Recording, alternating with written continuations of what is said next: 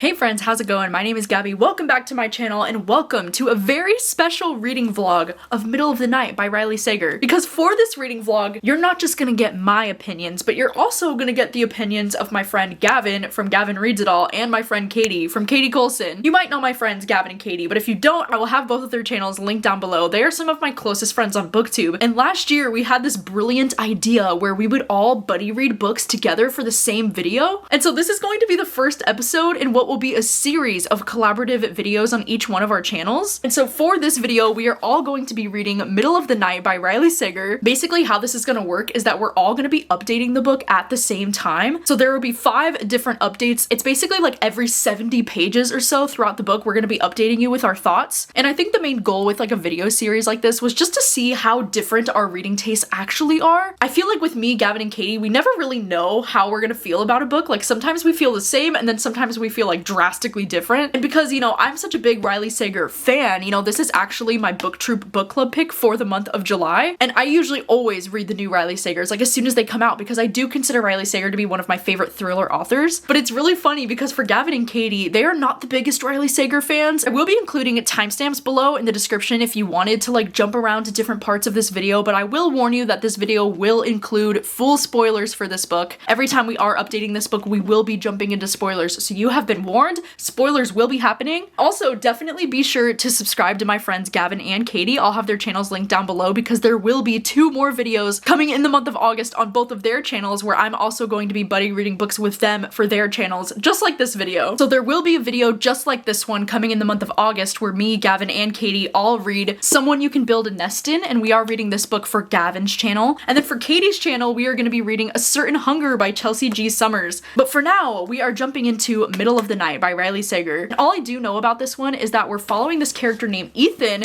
We have the first ever male protagonist from a Riley Sager book. Like, how crazy is that? 30 years ago, he lived in this very small town where his best friend Billy went missing. I guess they were like sleeping in a tent together, and then he woke up and Billy was gone. And now it's 30 years later. He's trying to track down the truth about like what really happened to his friend Billy all those years ago. But yeah, let's just jump right into it.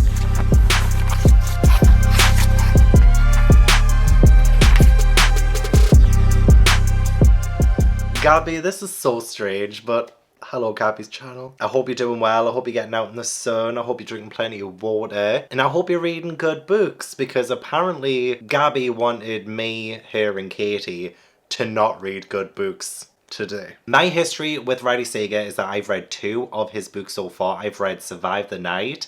It was okay. I didn't love it or anything, but it was my first Riley Sager, and I was left feeling a little bit disappointed. I was like, what do people say in this man? And then the second one I read was Home Before Dark, I think, which again, I didn't really love all that much. I guess I'm just really hard to please. Oh my gosh, hi!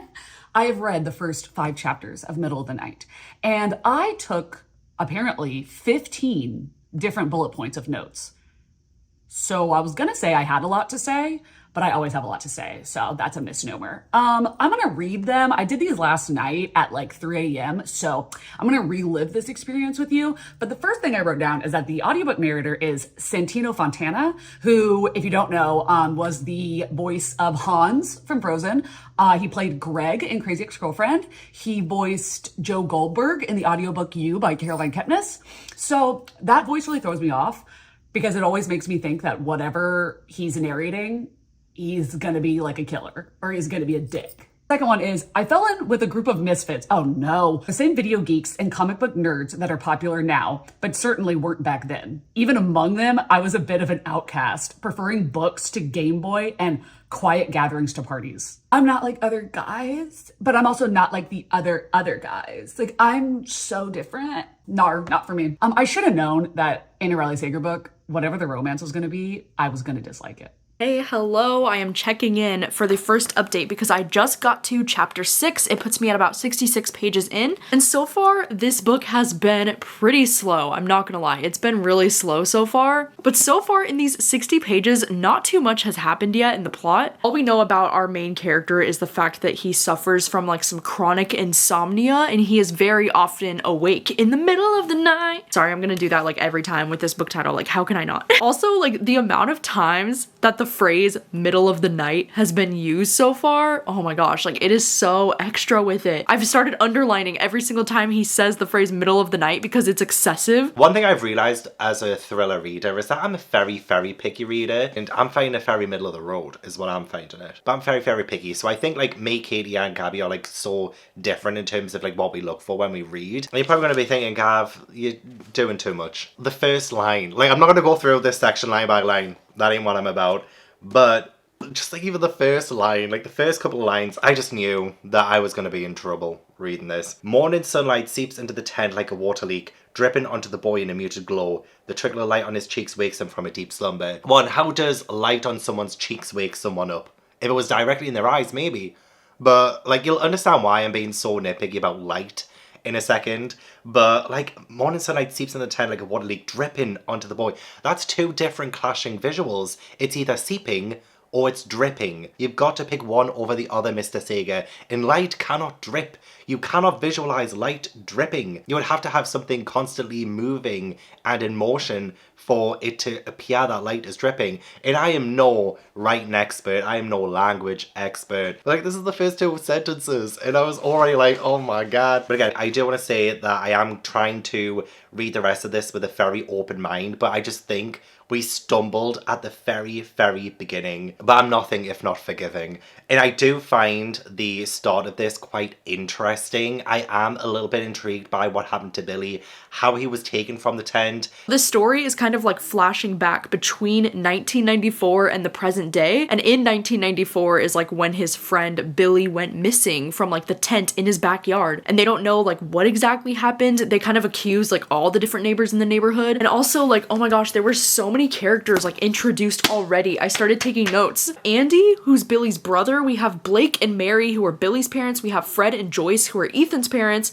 And then we also have Russ and Jennifer, and then their son is Benji. We have Ashley Wallace, which is like this girl that he used to have a crush on. There's also another character, Claudia, which is like his ex-wife, I think. And then we have Fritz and Alice, who are more neighbors. And then there's Henry, which is Ashley's son. Like, there's just so many characters being introduced in those first 60 pages. I'm like, holy shit, I'm so overwhelmed. He reads like a child. I mean, I know that like a part of the book is him being a child, but it's like he's regressed or he has not aged. He's stunted growth because you're trying to get me to believe that this narrator's 40 years old. Oh, I wrote a kitchen knife. Interesting, because it was sliced. The tent was sliced with a kitchen knife. And I was like, okay.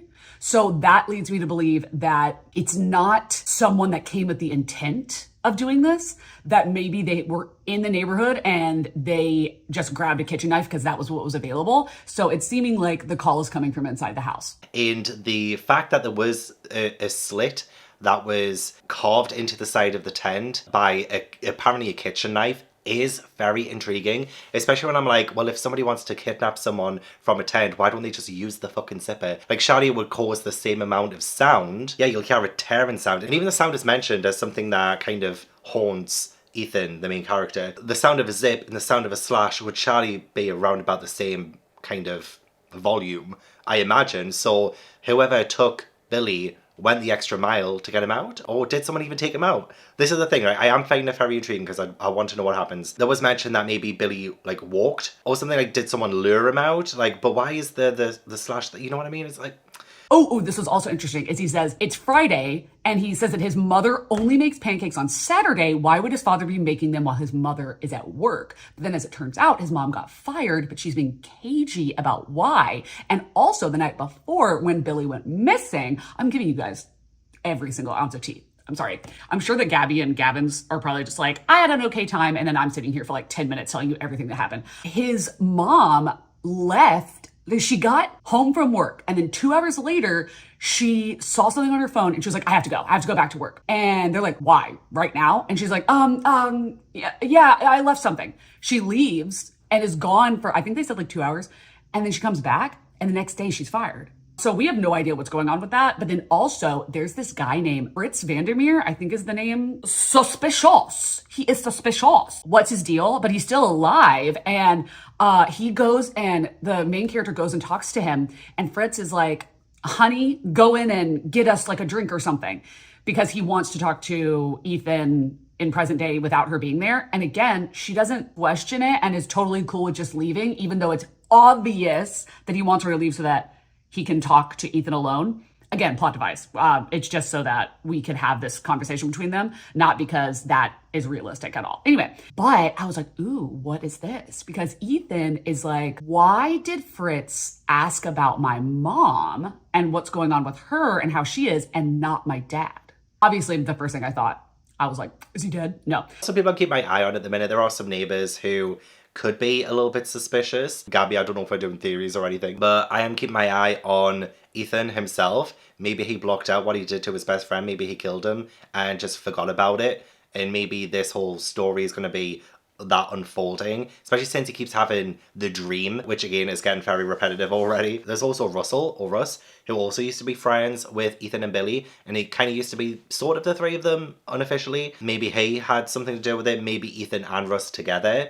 There's also mention of Ashley, the babysitter. She would apparently like look after them when they were younger. I think she's 5 years older than them, so she would have been, what, 15 at the time? And I do find it a little bit suspicious anyway, when the narrator has been like, oh, Ashley was nice, Ashley was genuinely kind, Ashley was this, Ashley was that. I'm like, I don't trust you. I just feel like in thrillers, when someone's mentioned to be like an angel, you can usually expect the opposite. I feel like in those first 60 pages, like there was so much time spent on things that I thought didn't really matter. Like I was like, what are we doing? You know, because like there's the scene where he finds the baseball like on the front lawn, and then they're like, oh my god, that's so weird. Like there's no kids that would play baseball on this street. And then he like, his immediate thought is that it has to be Billy. Like it has to be something going on with Billy. So he's like going around the neighborhood asking everybody, is this your baseball? Or like, what about this baseball? And like, we just spent so much time talking about this baseball when I'm like, does this mean anything? Like, what the heck? The big chunk of this first section is the fact that he needs to return a baseball to someone. He doesn't know where this baseball come from.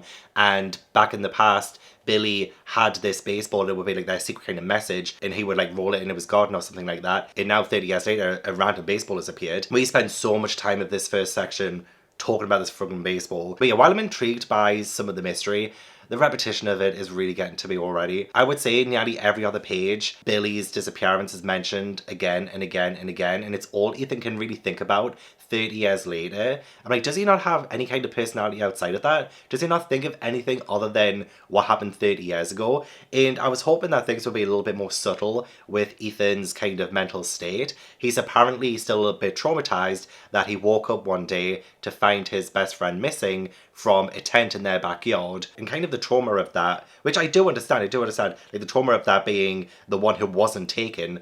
Devastating, of course, devastating, but I don't really like how obvious a lot of it is in terms of like going through his mental state, because things are just told to you. We hear about his therapist and what his therapists think of him and what he's going through. Like, we didn't even need all that. We don't need every single time Ethan feels uneasy to be tied back to what happened 30 years ago. Like, when Ethan is looking outside in the middle of the night, unease spreads through my chest as I think about 30 years ago. Like, you don't need to add on the whole fact of he's thinking about 30 years ago. The fact that he's uneasy, the fact that he is up at like 2 a.m. and he's seeing this light across the street go on and then go off and then go on again. Like, we don't need to be reminded, because we're reminded every other page anyway, we don't need to be reminded why he's uneasy. I feel like it would take a more talented writer to be able to convey that. Really could have just cut out that last part. Like, I'm not an editor or anything, but I feel like having it being a little bit more subtle, and without, you know, having an account from a therapist about what he's supposed to be feeling and like what we're supposed to take out of it,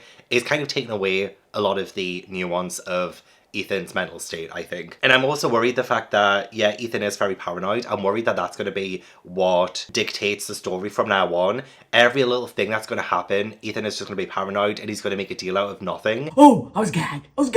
Okay, Vance was seen as senile, okay? And he says that he saw Billy running past the house last night in present day, where the main character also felt like he felt that Billy was there. And Vance is his old babysitter's dad. And Vance is like 70 and they think he's senile, okay? And he is senile, but he says that he saw Billy and everybody's like, Billy's been dead for 30 years. And he's like, I know what I saw. So that gagged, love that. But then also, oh my God, the very, very, very, very last sentence of chapter 5. Yesterday morning, human remains were found. You mean last night when he saw Billy running across the yard and the main character felt Billy's presence? Okay. But I feel like ending it at the end of chapter 5 there, I do feel like that was the perfect spot to end it because, hey, we found remains. Like the detective told Ethan that they think they found the remains of Billy's body. So, you know, after 60 pages in, we've finally reached a point where something interesting just happened in the plot. The thing that I don't really like is how chapter 5 ended. What I don't understand is when Ethan rings, Ethan says, I figured I'd see if there were any news. Why in the world would a detective tell a random civilian, even if they were involved with the case 30 years ago, and they were, well, sort of a victim in that crime. I mean, nothing happened to them, but they were still part of that crime. Why in the world would he say, yesterday morning human remains were found in the area, a boy probably around 10 years old. They're still checking dental records, but I'm pretty sure we found him, Ethan. We found Billy Barringer. Why would a detective tell somebody that when the dental records haven't been confirmed? Even if it is very likely that it's that person, why would they tell a random person who isn't a family member of Billy that they found him? When again, it hasn't been confirmed yet. So that rubbed me up the wrong way. I'm sorry, you're telling me in chapter 5 we've already found the body? What do you mean? What do you mean? Like, what do you mean? I was like, that is way too fast. Either it is Billy and this is paranormal, or it's a different boy and there's serial killing happening, which I also don't think is happening. But so far, I don't know, I'm not like loving the writing style. I feel like this book feels very like, it feels very wordy to me so far.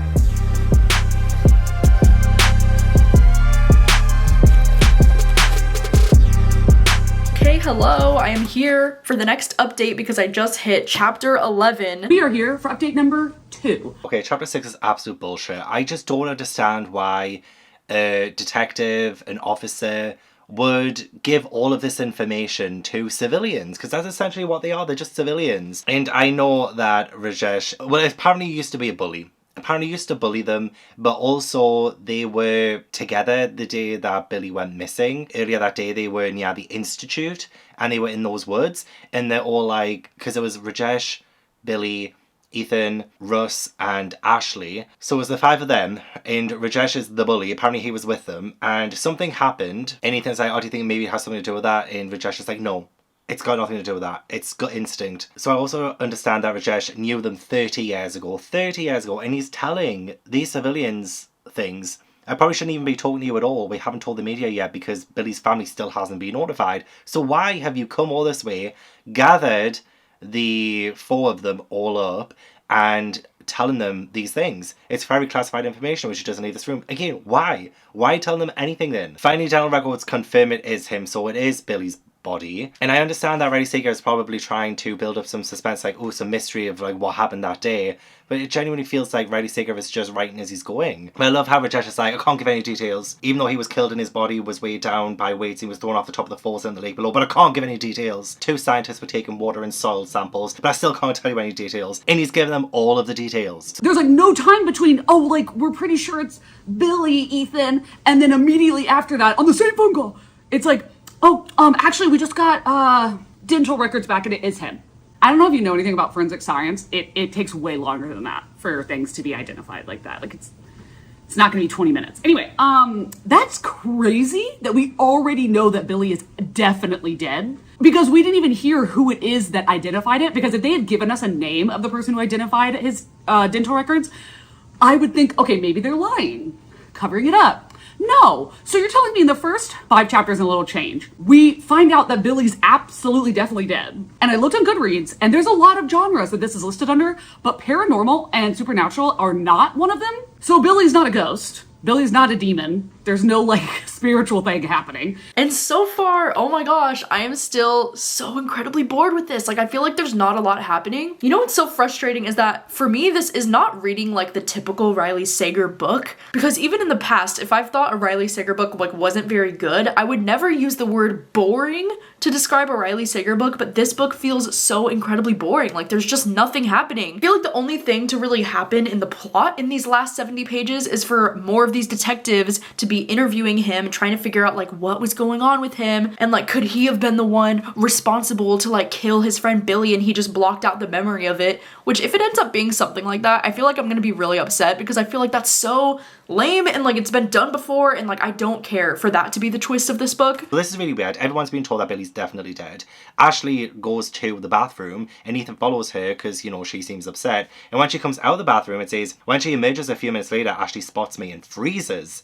Then her face crumples. Okay, that seems so weird to me. Like the space between that, like the distance between her freezing when she sees Ethan to like her face crumpling. Like, shouldn't her face already be crumpled? Shouldn't she already be upset about the news that Billy's dead? Why is she seeming so suspicious there? She spots me and freezes, then her face crumples.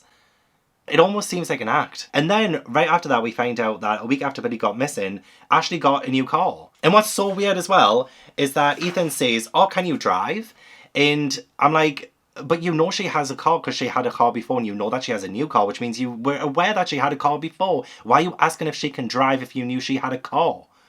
I don't get that. I don't understand that. And then my money's kind of on Ashley at the minute. I'm just saying, like, all that exchange there wasn't subtle whatsoever. And I love how Rajesh declares a thought I'm not at liberty to say, like, regarding some things. How was he found? By two scientists. You know what? It's so funny. Like, this entire scene is ridiculous. And it's chapter 6. Pages 67 to 82. The whole thing is ridiculous. Find out that he was found at the Hawthorne Institute. What do they do at the Hawthorne Institute?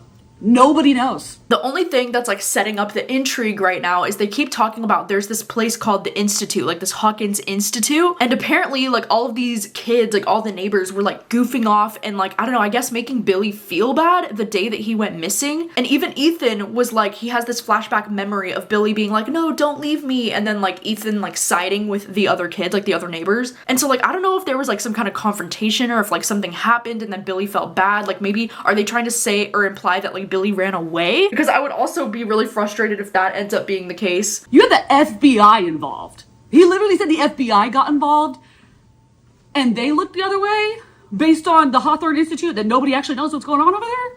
What? And then also, the guy that owns it, just call him Mr. Haversham. I don't know who he is and I don't care because he's dead and not in the cool way. He has died, exactly. So he's dead and it didn't happen super recently that he died. So when he died, nobody in this town that definitely still remembers this thought to, one, check into what it was he was doing there, two, drag the freaking lake. No, they don't.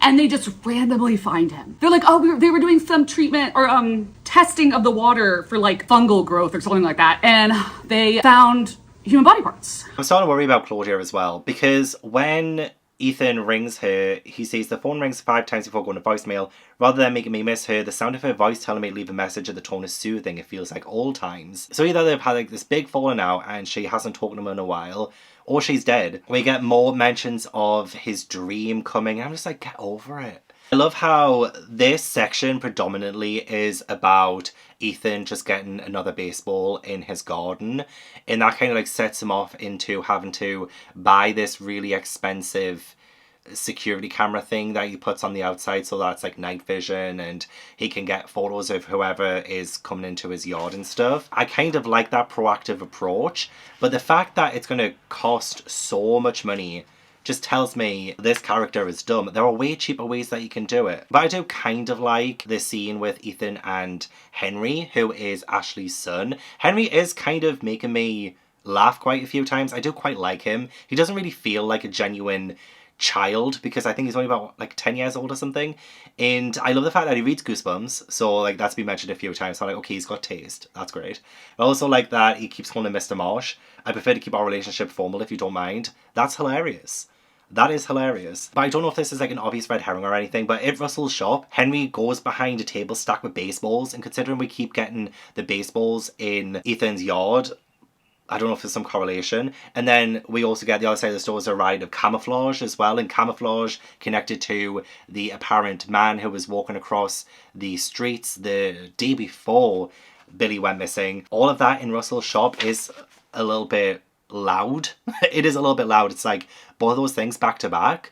It's got to be a red herring. But does it have something to do with Henry? I mean, obviously Henry's a child, so, like, I don't know what the connection is there. But, like, we do have Henry coming out of a tent inside of the shop too. So there's just so many visual cues that reminds us of what happened back then. Another thing I thought was wild is that, from what I'm remembering, and I feel like I'm definitely remembering correctly, Ethan's memory of when he was 10 years old of Russ is like, oh, that he was like pathetic and like lonely and nobody really wanted to hang out with him. He was always everybody's second choice, and they called him wuss. In Russ's mind, he's thinking he has this horrible anger management problem, violent tendencies, punching walls, punching people, like, or whatever.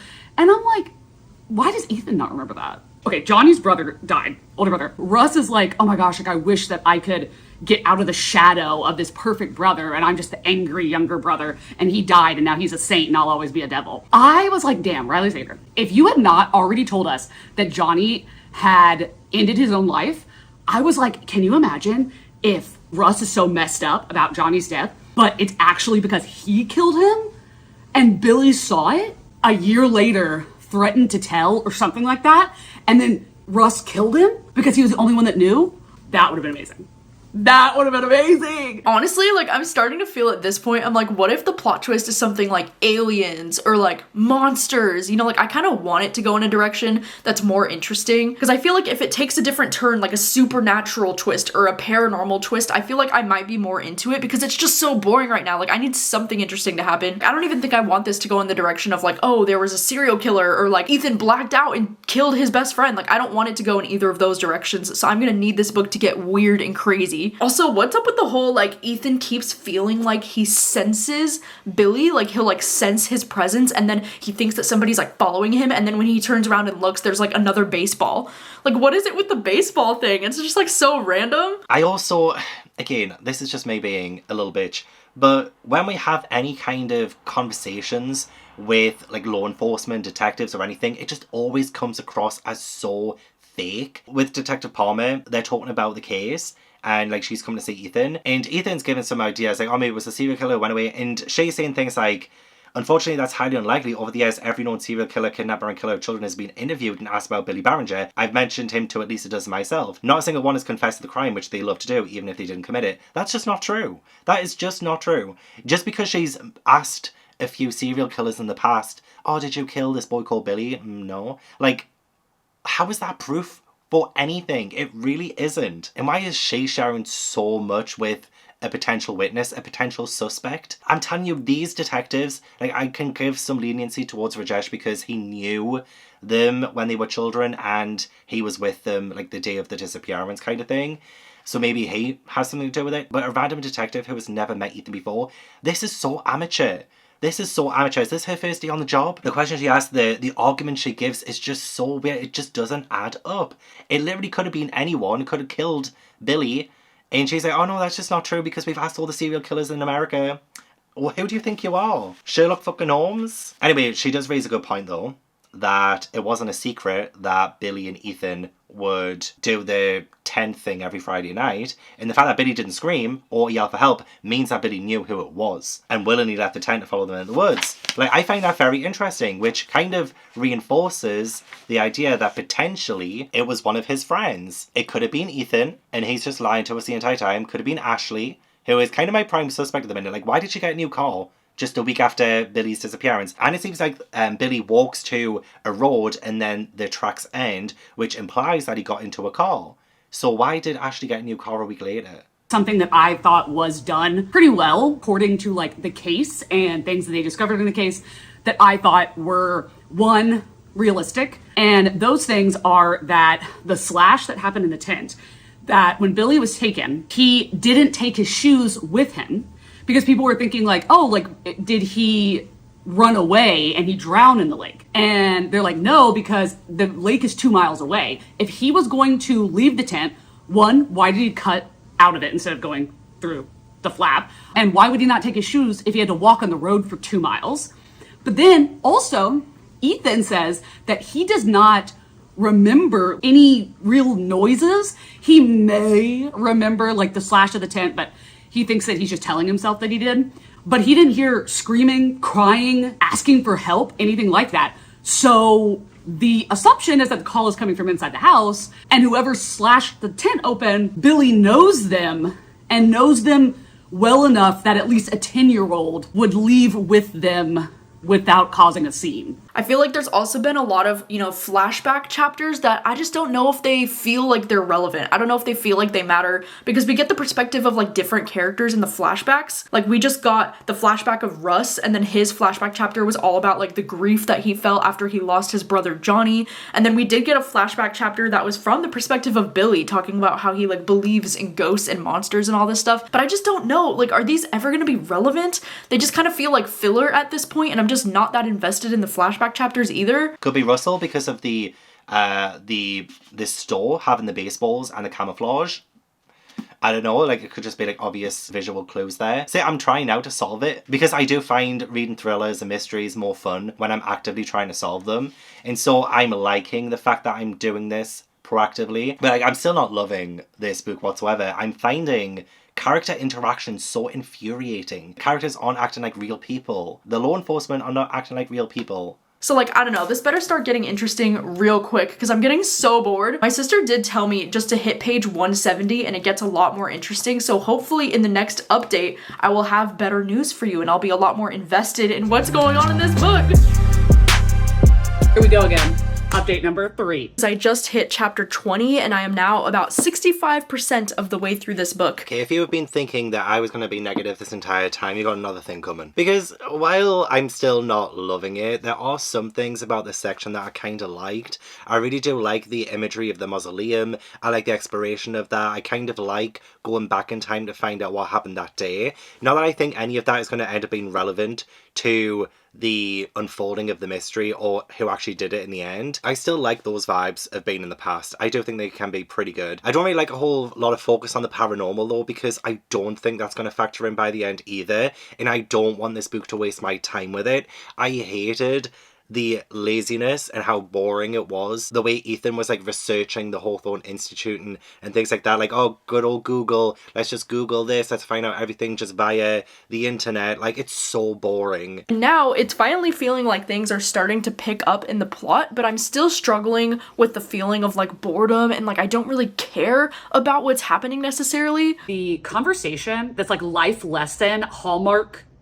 would do it better, to be honest, that Ethan has with Henry, which, by the way, Henry is being written like he's a boy genius. He is a mini Einstein. And I don't know why authors always feel the need to do that. Like, why can't you just let them be kids? Also, why is Henry smarter than all of the adults combined? But you're not utilizing him in the case. So there's no point in making him act like that. He has a conversation with him where he's like, everybody's weird. You're just a different kind of weird and nobody can be you but you. You're the only you there is. You're hammering this home with like a gavel. With a gavel that's like Thor's hammer. Like, that's how hard you're putting it in. And I'm like, we didn't need that. We really didn't need that. Like, are you talking to us? Are you talking to the adult audience that's reading this? I like the mausoleum stuff. I like the stuff with Ashley's dad too. I feel so sorry for him. He is losing his memory and he seems to be having such a hard time right now. And it's breaking my heart a little bit, honestly. Especially when he calls his daughter Ashley Trish.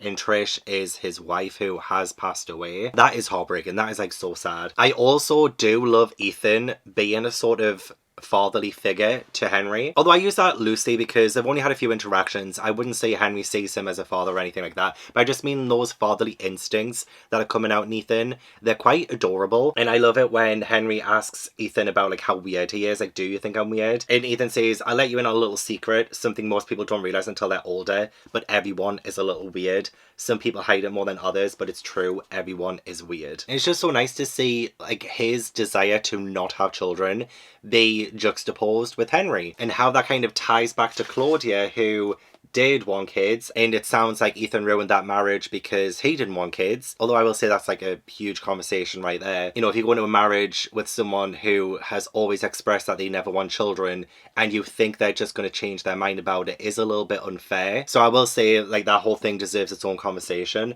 But yeah, Claudia did leave the bedroom for the very last time, and I'm intrigued there. Like, it sounds a bit more ominous than her just like leaving him. And how messed up would it be if it turned out that Ashley was Billy's killer? Because she says about Henry. Every time I look at him, I know I brought something good into the world. And like, how insane would it be if she ended up having Henry and sees him as a sort of replacement for Billy? Like, if she took a young boy's life and she's like replaced it with a young boy's life, maybe she feels like she has cancelled out what she did. You know what's so funny is like right at the end of the last section, I wrote down my predictions in the story. I literally wrote down in my little notebook, I put aliens, doppelgangers, time travel, shadow people, serial killers, and then like immediately after that, I read a scene where it was talking about how Billy wrote down the phrase shadow people and how Ethan started like doing all this research into like what a shadow person is.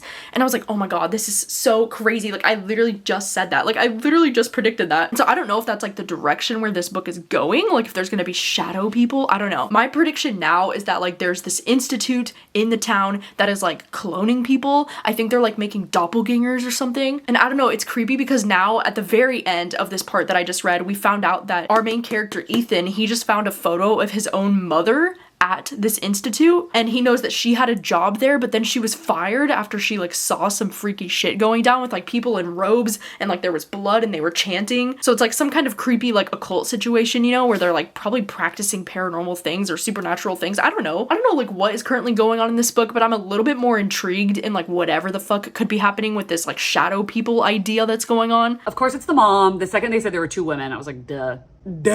Who else have we talked about? Like literally what other woman do we even really know anything about than his mom? But here's the thing. She walks in and sees some sort of witchy ritual thing going on. And I'm like, okay. She goes in, sees this weird ritual. Something's going on. I don't know. And the boss is like, you're fired and you have to sign this NDA that you can never tell anyone. Here's the thing. So she gets asked, why did you never tell anyone? And she's like, oh, because the NDA says that he would sue me if I told anybody. Okay, Mr. Hawthorne died like ages ago. Like the Hawthorne Institute is closed down. You can tell anyone. No one is upholding this NDA anymore. So I am thoroughly confused. That does not make any sense, love. But the whole Hawthorne Institute potential occult thing with potential sacrifice, that Ethan's mother, this was kind of a clever way of reintroducing Ethan's mother into the flashback narratives, was that the job that she mentioned earlier on in the book in a previous flashback that she had for barely any time at all, and she'd been fired from, we find out why she was fired, and she accidentally came across this occult sacrifice thing happening. I kind of like that because she hears the chanting, she sees the robes, she sees the blood, and it seems really, really messed up. But part of me is like, I don't think it's that deep, because if they were killing actual people, then they would have killed Joyce right there and then. They were powerful enough and rich enough to do that, and they made her sign an NDA to cover it up anyway, and she doesn't say anything to anyone. But if there was genuine people murder involved with this occult section thing, they would have just killed her. It would have been some kind of animal sacrifices, something like that. It obviously comes across as weird. It's very, very weird. And if it got out, people would just think it's weird, right? And they just kind of want to save themselves from that kind of publicity scandal, I guess. So I feel like Riley Sager is trying to push us towards the idea that potentially this Hawthorne Institute, this cult chanting in the middle of the night with robes and blood, has something to do with it. But when we think back to Billy's cause of death, blunt force trauma to the chest and head. Divers found a piece of fabric in the mud with Billy's remains, like he'd been wrapped in a blanket or something before he was thrown over the falls. So if he was sacrificed or anything, Rajesh would have mentioned something about knife wounds. He would have been stabbed. Considering there was that whole discussion of whether or not it's foul play, that would have factored in 100%. Like, there would have been no grey area there if he was like actually sacrificed or anything. But blunt force trauma to the chest and head sounds to me like it was potentially a car accident, and especially since his trail ends at a road, I have a sneaking suspicion that maybe Ashley in her car accidentally ran him over. Maybe she was doing something secretly at the Hawthorne Institute or something. She accidentally ran him over, and then not wanting to take the fall for it, she wraps him up in that blanket, which sounds like a little bit lovingly. He was wrapped in a blanket before he was thrown over the falls. If that was somebody who didn't really care, they probably would have just thrown him in the falls or something. But wrapping him in a blanket first sounds like somebody who cares. And blunt force trauma to the chest and head sounds like a car accident. And then Ashley got a new car a week later, so anyway, that was that section. I've only got 2 sections to go, and thank fuck. Okay, this I directly quoted because it deserved to be said out loud. So, for some reason, Claudia, Ethan's ex-wife, does not understand why Ethan doesn't want to have kids. And she's just like, you have to tell me, like, you're not talking to me, tell me. I'm sorry, she knows all about his trauma. And when she finds out that it's because of the trauma, she's like, it's okay. And she leaves and never comes back. The Delulu is the Selulu. Okay, so they're arguing. And he says, I just don't want to be a father. Isn't that a reason enough? And she says, honestly, no. And he says, well, I guess that's it then, because my feelings don't matter here. And then he thinks it was a shitty thing to say. I realized it immediately. No, Ethan. Shockingly, you are absolutely in the right here. Why is she, like, flips the script and she wants kids, and now it's your problem? It's not her problem. That's not cool. And then when he says, I just don't want to be a father, and she's like, that's not a good enough reason. And he's like, okay, well, apparently you're the only person that matters. I'm like, yeah. The scene where Ethan is out in the woods and a baseball just like rolls into his foot and it knocks against the toe of his shoe and he runs. That was quite creepy. I will give Riley Sager props for that. Sometimes he can slip a good line in every now and then. Sometimes. I also don't understand why a random scream and a noise complaint would make the newspaper. When Ethan is doing his research and in 1992 someone living near the institute filed a noise complaint saying they heard a scream coming from the property in the middle of the night. And then Ethan's like, oh, if somebody screamed when I was 8 years old, I would remember that. Really? Would you? But why would it even make the newspaper as well? The newspaper never bothered to follow up on it. But like, it was a scream in the middle of the night. Somebody filed a noise complaint. It seemed like maybe an isolated incident at this time because it sounds like a solitary complaint. It wasn't a complaint over months and months and months or weeks and weeks and weeks. It was a solitary complaint. Why would a noise complaint make the fucking newspaper? Some slow fucking news do. Oh, another thing that I do really like as well, actually, is the fact that Rajesh is gay. Although that whole, bullying other people because you're secretly gay and you don't really want to admit it yourself is a tired trope now when it comes to portraying gay characters. And Rajesh was the bully. I'm gonna give it some grace because I'm trying to look for positives in this book. But literally when Rajesh and Johnny kiss, or like Johnny leans in for a kiss even, I just wrote, oh. It's kind of sweet.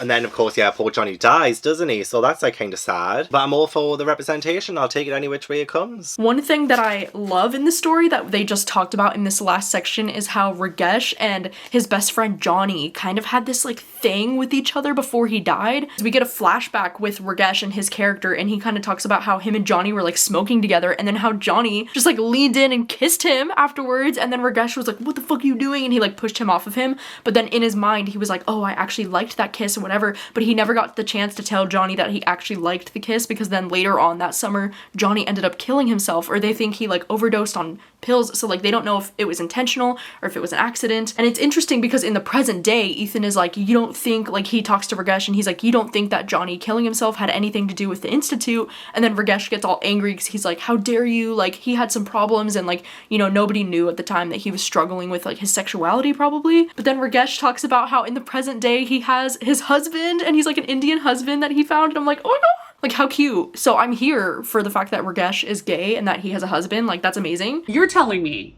that Rajesh and Johnny were sent to the Hawthorne Institute to do community service when they were in high school? I'm sorry, I thought this place was Fort Knox.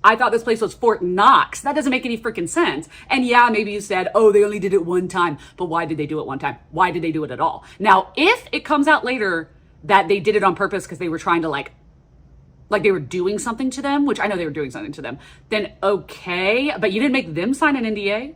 I'm not just a little bit confused. I am all over confused. I do not understand. Love a queer character, okay? But in that same breath, of course, Riley Sager writes his first male character, but he cannot be stopped, okay? He said, oh, you thought I wasn't gonna have one of the main characters fall in love with or get together with another character who has a suspicious backstory that ultimately will end up leading to them being totally innocent? You thought again. There is some kind of intrigue where it comes to what Ethan did to Billy, because he talks about how he betrayed him. But honestly, it wasn't really a betrayal, if you ask me. He was peer pressured into going to this mausoleum on very restricted property and wasn't even allowed to be there in the first place. And then when they get caught, Ethan runs. Billy is stuck. He can't get him out anyway. So like, it's not even really a betrayal. I know he was like a child at that time, like he was like 12, and so, the guilt of it, especially since Billy then ends up dying later on that night. Yeah, I can see why he would think that, but I was kind of expecting something bigger. I was expecting actual betrayal. I also think that scene was like fucked up, and it was a little bit sad because there was a scene where like they were all the kids were like prancing around the institute and they were prancing around the area. And then Ragesh accidentally trapped them all behind a gate. And then Ethan and Russ were able to like slip out because they were so skinny. And then Billy like couldn't slip out of the gate. And so he got stuck in the gate, and the way that they all just like left him there, I'm guessing, like that was so sad. Like poor Billy, like what the fuck? I'm really curious to see the conversation that Billy and Ethan had the night that he went missing in his tent, because, you know, Ethan kind of keeps hinting at the fact that like they had a confrontation, they had an argument about that day. And I know now we know that it was because he like left him behind and just like dipped out on him, and I thought that that was super fucked up how he treated him. But I don't know if there's like more to that conversation that we haven't seen yet, because I feel like he keeps hinting like, I regret what I said to him on that last night before he went missing. And so I'm kind of wondering like what that conversation was. The fact that Ethan is like, oh, I'm seeing a ghost, I'm seeing Billy's ghost, and he goes from that to immediately spiraling into like, oh my God, does this mean I'm going to start seeing all the ghosts? Like, is all of them going to be able to communicate with me? Am I going to have to help people figure out how they were murdered or talk to their loved ones? And I was like, okay, Ghost Whisperer, calm down. Okay, Billy says that the Hawthorne Institute studies ghosts or like speaks to them. And I feel like this is the kind of thing that everybody was like, oh my God, I was so intrigued, and then it all led to nothing. And I'm like, I'm already at the it all led to nothing, because I do not believe this at all. Like, I do not believe this. And to me, it's boring. Because I already know, without anybody else's biases before this, the way this is written, I'm going to go ahead and tell you nothing's going to happen. Like, nothing's going to happen. And if it had happened, I would have thought, wow, that was a cheap shot. And then the fact that Ragesh, who is a police officer, by the way, is doing like a quid pro quo with Ethan, giving him crucial evidence that he is not allowed to share with anyone just because he wants to ask Ethan some questions. I'm like, you would lose your job immediately. I will say that when Ragesh is like, this stranger in the woods was me, I was a little gooped. I did not see that coming. I should have, because of him hiding in the bushes, which is really weird. But I did not see that coming. So, shock and awe. Also, I will say something that would be cool is if the boss or one of the henchmen or whatever thought that Billy was Ethan and stole him on purpose. Oh, wait, I swear to God, in real time, I'm just coming to this conclusion. If Billy keeps on telling us over and over and over again that he's so weird, he's so different, and like, I know boys my age wouldn't normally act like this or whatever, blah, blah, blah, blah, blah. Did the Institute take him because they think he's like the perfect conduit to talk to ghosts?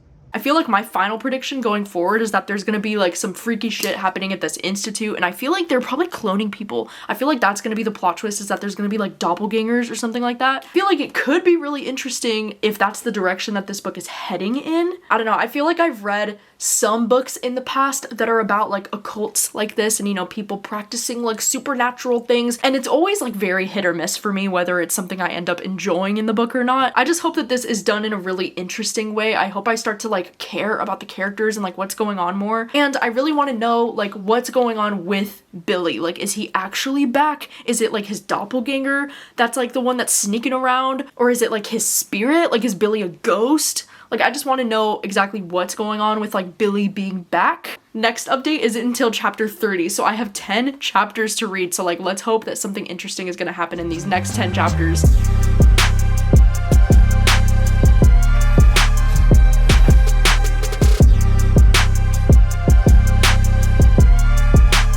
I'm 312 pages into this, and the audiobook says that I'm like 87% of the way through the book, so we're getting very close to the end here. I knew it. I knew it. I knew it. I knew it. I knew it. Russ, this little bastard. I freaking knew it. I knew it. I knew it. What do you mean? Oh my God. I don't know why. I think it's just because I hate him so much that I'm like, yes, good. You are a killer. Love to see it. Love to have known it, because I can sense a snake in the grass, you little wuss. Is he seeing things? Is Billy a ghost and he's trying to get things? I still don't think Billy's a ghost. I still don't think, at least I hope not. Like, I really didn't like any of the stuff at the Hawthorne Institute. Like, sure, I'm glad Billy, you know, had the reassurance that maybe they're all ghosts, and before he died he was at the Hawthorne Institute, he was talking to Ezra, and there was someone else who believed. Like, great, I'm happy for him, I am. But that whole thing, I really don't care about. It's very painfully obvious now that the entire Hawthorne Institute stuff doesn't really factor into anything. And I was somewhat correct before about the fact that they weren't sacrificing humans. They weren't really sacrificing animals either. It was just a pig's heart. Ethan's mum's boss had gotten. We find out that the boss is Mr. Vanderveer. So I was quite right about a lot of the stuff. Like, none of it matters. At the end of the day, none of the Hawthorne Institute stuff matters. One of the things that we found out in this last section that I just read is that Fritz, one of the neighbors who he thought was like a trustworthy man, is actually one of the people that's been like running this institute, because we found out that the guy Ezra has been dead for like 25 plus years, and that Fritz is actually the one who has like taken over the institute as far as I'm aware. So I'm like, okay. And he let him know that at this institute, he said they've been studying parapsychology. It's basically like trying to explain the unexplainable is what they're working on there. And he says communicating with the dead is a big part of like what they were trying to do there. So then he feels like shitty, you know, because he's like, oh my god, my friend Billy was right. Like, they were always trying to like communicate with the ghosts and like communicate with the dead. He was also saying that like not all ghosts, like you're not able to communicate with all ghosts unless that ghost is like not at peace and maybe they like are holding a grudge. And so he's like, oh my god, like Billy has a grudge against me, and he thinks that's why like Billy's haunting him. And I'm like, okay, so are we like really leaning into the fact that like Billy is a ghost? Like, is that the direction that this book is going in? I don't know. When we find out that Fritz Vandermeer is the boss of the mom, who I never remember if her name is Alice or the mom of Ethan, that he was her boss at Hawthorne Institute, I will give it to Riley Sager. I will. I'll give it to him. I'm proud of him. I'm proud of him that the backstory between Fritz and Ethan's mom was not that they were having an affair. I know it's a low bar to set, but it is a bar that is too high for most mystery or especially domestic thriller authors. You're telling me that Fritz tells Ethan, when Ethan's like, why did the police never search the lake at Hawthorne Institute? Fritz says, they never asked. If they asked, I totally would have told them. Are you serious? Are you serious? They never asked. And I also find this very weird too. Ethan asked, why didn't the police search the grounds of the Institute after Billy disappeared? And Fritz said, because they never asked. I'm like, a boy's gone missing. And it's like 2 miles away. There's a massive lake or whatever, and trees and a forest, and like... They never even asked. They never even pondered the question? What do you mean? That is the best explanation that you can give me as an author? No. I cannot with these two phrases that have happened in this book. One, the amount of times Hakuna Matata dude has been said is this book's version of Pupkin in How to Sell a Haunted House by Grady Hendrix. Why did he choose to say that? Why did he choose to have that be the phrase? You could have chosen so many different things. Honestly, that one choice really solidifies how freaking weird Billy is supposed to be. Because that is the lamest. Like, he's not like, oh, he's eccentric. No, he's lame. Ethan found this note in his notebook, like, that was not in his handwriting, but it just said, Hakuna Matata, dude. And I was like, what is up with the, like, Hakuna Matata thing? Like, I think it's kind of cheesy. Like, I'm not gonna lie, that's a little bit cheesy for me. But of course, you know, when he finds that in the notebook, I'm like, oh, okay, let me guess. Like, that's the final words that Billy had said to him. And I think that that's right, because the part that I just read at the end of that chapter, the last words that Billy ever said to him were, Hakuna Matata, dude, after they had, like, their huge fight. Listen, hear me out. Claudia's dead. The ex-wife, Claudia's dead. Well, as it turns out, I do have a heart. There was definitely part of this that tugged at my heartstrings. The stuff with Claudia, like, I had a sneaking suspicion that she was dead, and that was like why she was never picking up. And just some of the little breadcrumbs that had been sprinkled through there that really did alert me to the fact that, yeah, she's no longer part of this world. But the whole sequence of him listening to the voicemail messages, finally finding out that he did decide to try for a baby. He did say, hey, let's work this out and let's start a family, essentially. That was heartbreaking. That was very emotional. Because what timing and how devastating. And I like how it was put against Billy's disappearance and Billy's death and Ethan's own figuring out of his feelings and what he's here for, and the talk with Ashley about the correlation between Claudia and Billy. There was also kind of like a plot twist, I guess, that Ethan's wife Claudia had actually died, because at this point in time, we had just been hearing about how like they had broken up because she wanted children and he didn't want children, and it kind of just led you to believe that like their marriage had fallen apart because he was still like sending her text messages being like, I miss you. I wasn't shocked by the fact that Claudia is actually dead because, I don't know, part of me was like thinking like maybe that could be the case because I was like, why isn't she responding to him, and also like where is she? Like I thought even if they were separated, I thought like she would still be a part of the story in some way, so because she was like nowhere to be found, I was like, I mean, maybe it's because she's dead. But then I do think I can see why people would be like emotional with this book, because then after you find out that she died, he kind of like goes into this flashback of how like a year ago she was in this car accident. Then he clicks on the last voicemail that he had like ever sent to her, and he said like, I'm so sorry that I've had all these fears about having children, like let's go ahead and do it and let's have a baby. And like that was the last thing that he ever sent to her, and she never heard it because she died. And so like that was a little bit like, oh my god, that was so sad, because he eventually came around to the idea of having kids with her, and like he was trying to let her know that, and then she never heard that message before she died. So like that was a little bit emotional. Like I can see how people would get emotional over that, but I didn't cry just because I don't feel like I care enough about these characters for it to make me emotional in that way. But it was a really sad scene, like damn. The ex-wife, Claudia, the one who was like, if you don't want to have a baby with me, that's your fault, and you need to change your mind, I'm leaving. And he's like, oh, she walks out the door and never comes back. She walks out the door and never comes back because she's dead and she died in a car accident. Okay, Riley Sager, while I will not claim to be fully gagged, you damn sure have me gooped. I did not see that coming. That did have me kind of drop my jaw a little bit. Like I was like, wait, what? I didn't see that coming. Which the bar is a little bit in hell because I'm not expecting anything out of this book at this point. So if I'm shocked by anything, it's like, oh my god. I also really don't like the Detective Palmer person. Whenever she comes, she again just sprouts things that just don't really make a whole lot of sense. It was my parents, if that's what you imply, and no, not them, Detective Palmer says. In my mind, there's only one person who could be responsible. And so I'm like, okay, then who? And then Ethan is trying to get all the facts in his head. Killer was aware that Billy was counting the yard. Billy didn't scream or panic because he knew his abductor, whoever it was, had knowledge of the falls 2 miles behind my backyard. There really is only one viable suspect left. Billy's mother, I say. What are you fucking talking about? I think it's interesting that they were trying to bring in Billy's mother as a suspect. I was like, what? Like, what is going on? Like, I don't see that. Billy's mother? Where the fuck did that come from? So we get a random stupid flashback of Mary Ellen, Billy's mum, waiting for her porcelain doll to die. Like, her inevitable destruction became more than she could bear, so she just kissed the doll and smashed its head in. After that, she worried no more. Random.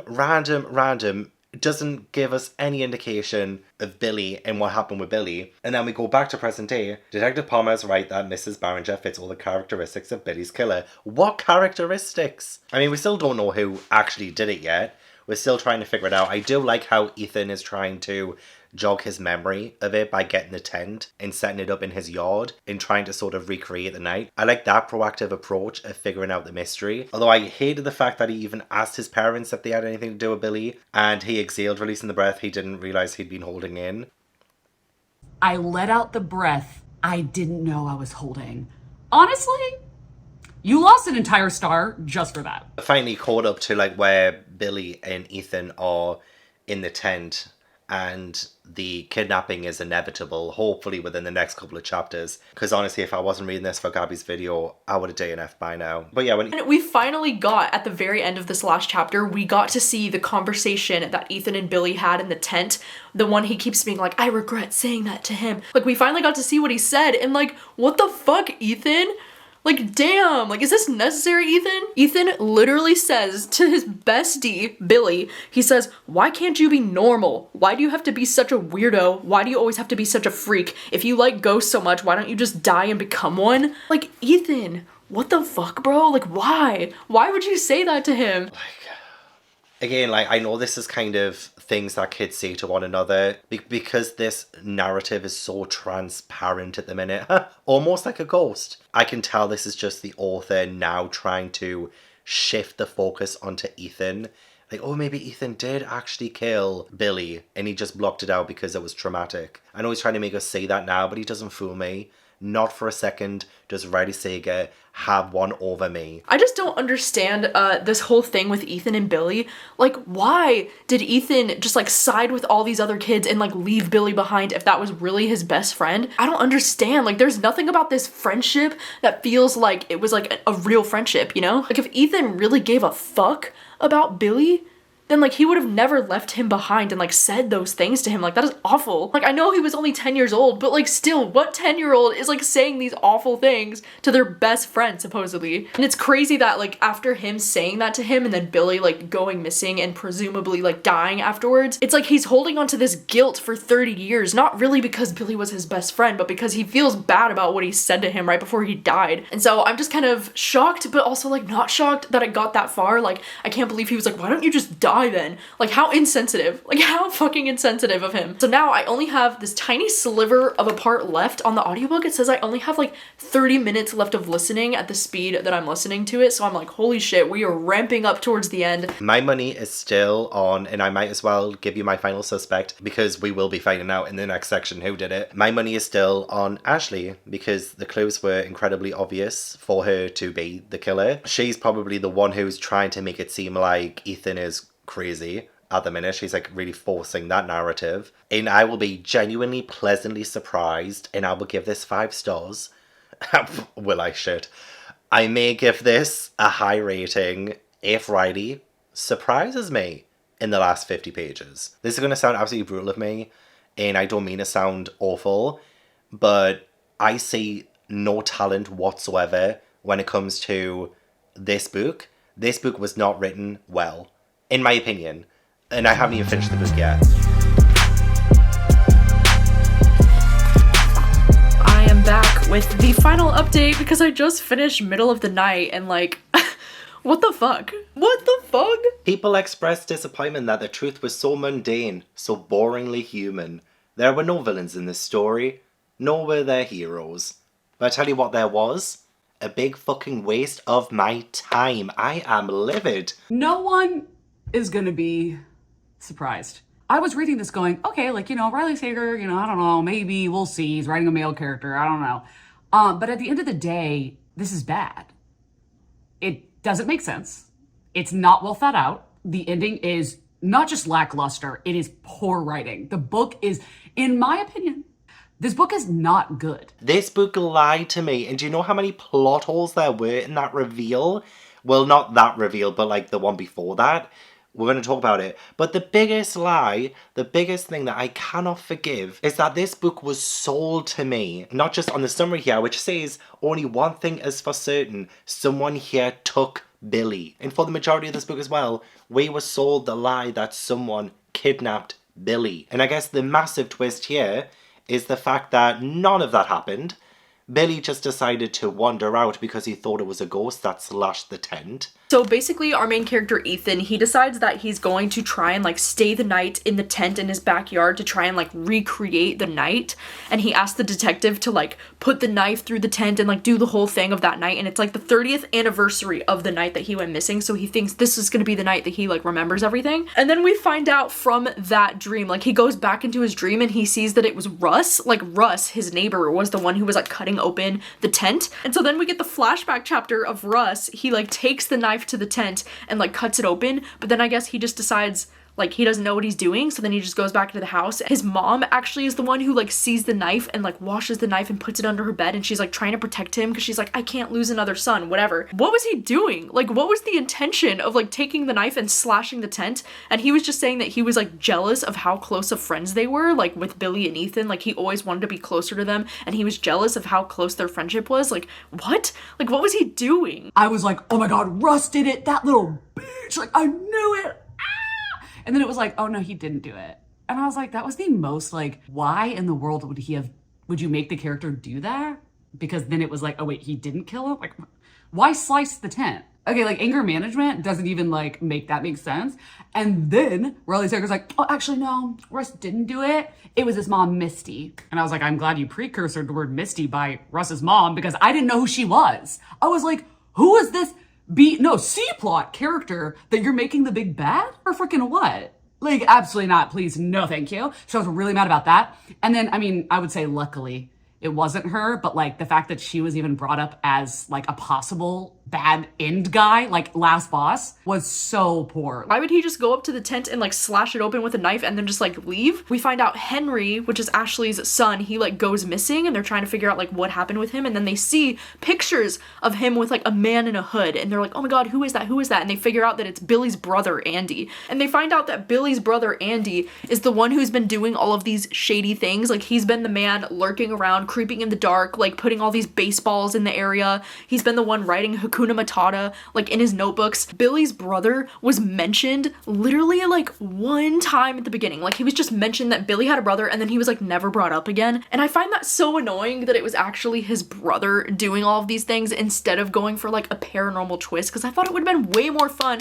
and way more interesting if there was like some kind of doppelganger twist or something more creepy going on. But no, it was just Billy's brother doing all these things because he wanted the truth about what happened to Billy. Don't get me started on the plot holes where it comes to Andy, Billy's brother. So many things.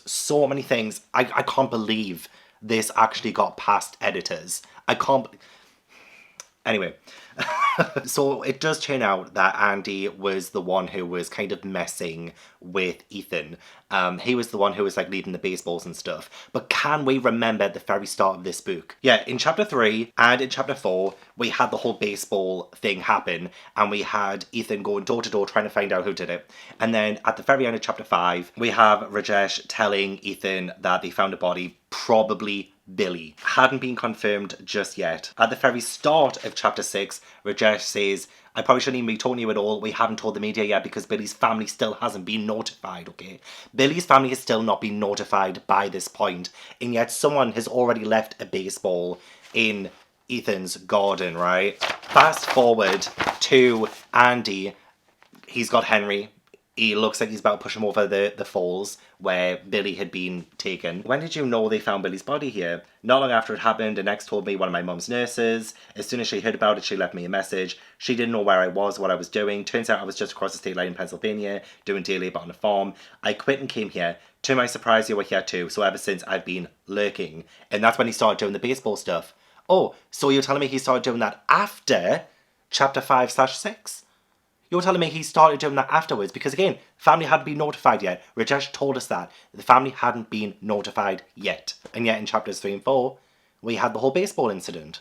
The very first one. Oh, but hang on, it turns out to be that was Andy, who hadn't yet been notified about this whole thing. Something that I don't understand though at all is that we find out that Andy's character, you know, like Billy's brother, he had overheard them that night in the tent. Like he heard their conversation and what happened. But then he says he didn't say anything to the police for like years about it. And I'm like, why wouldn't he say that to the police? Like why? Like that just doesn't make sense. Like why wouldn't he tell the police that he heard Ethan saying all this shit to his brother? Like why wouldn't he bring that up? I just don't understand. Like that doesn't make any sense to me. And then Ashley just confesses like, I did it. I was the one who killed Billy. He accidentally got run over by, guess who? My main suspect, Ashley. I was correct. Riley Sager was absolutely 100% correct at the response on the internet after the case was solved. It was so mundane, so boringly human. Then why the hell would you write that then, Riley? Why would you give us this nothing of a mystery, this nothing of a thriller, just to have it be,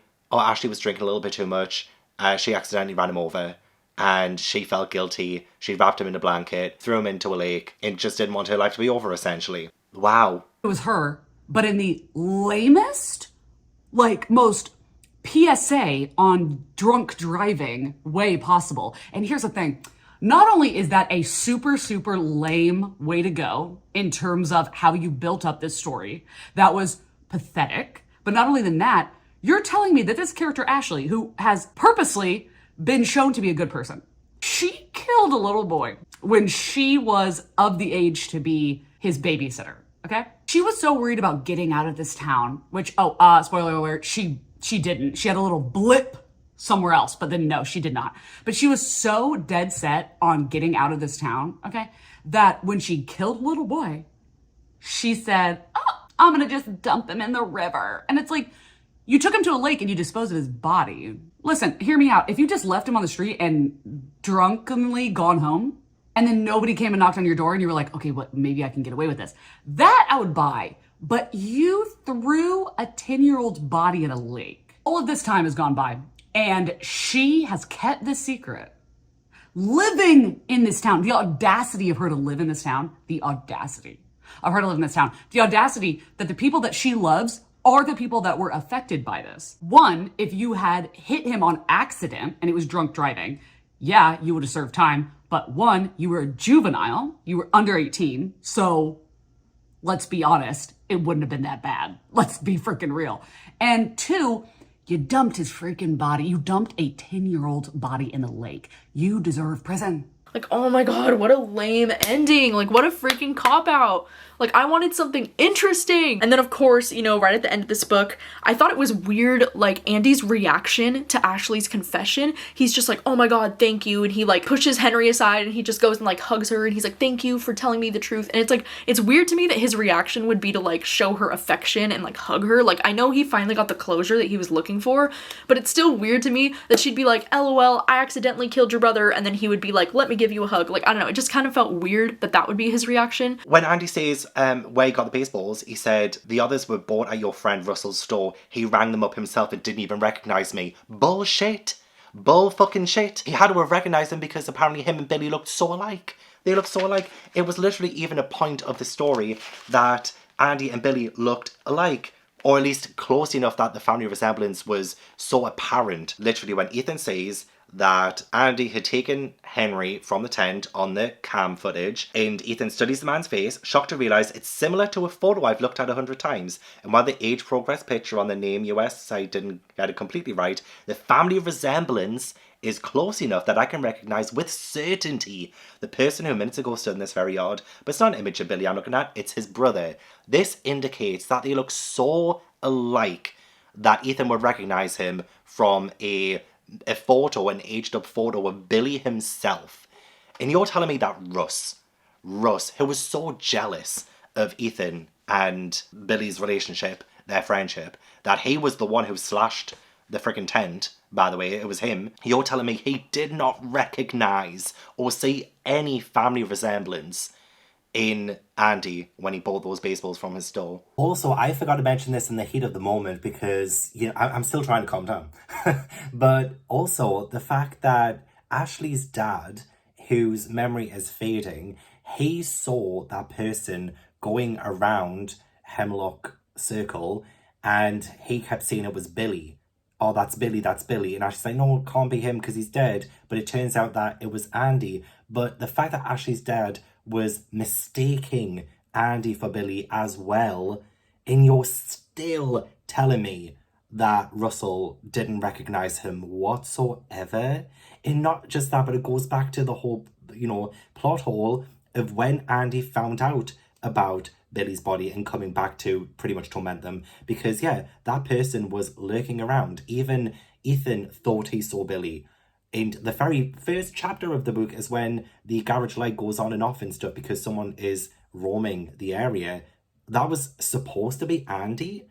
This was before he was notified about Billy's body. It doesn't make any sense. Of course, you know, Henry falls somehow, like he wasn't even pushed, he somehow fell into like the waterfall or something anyways.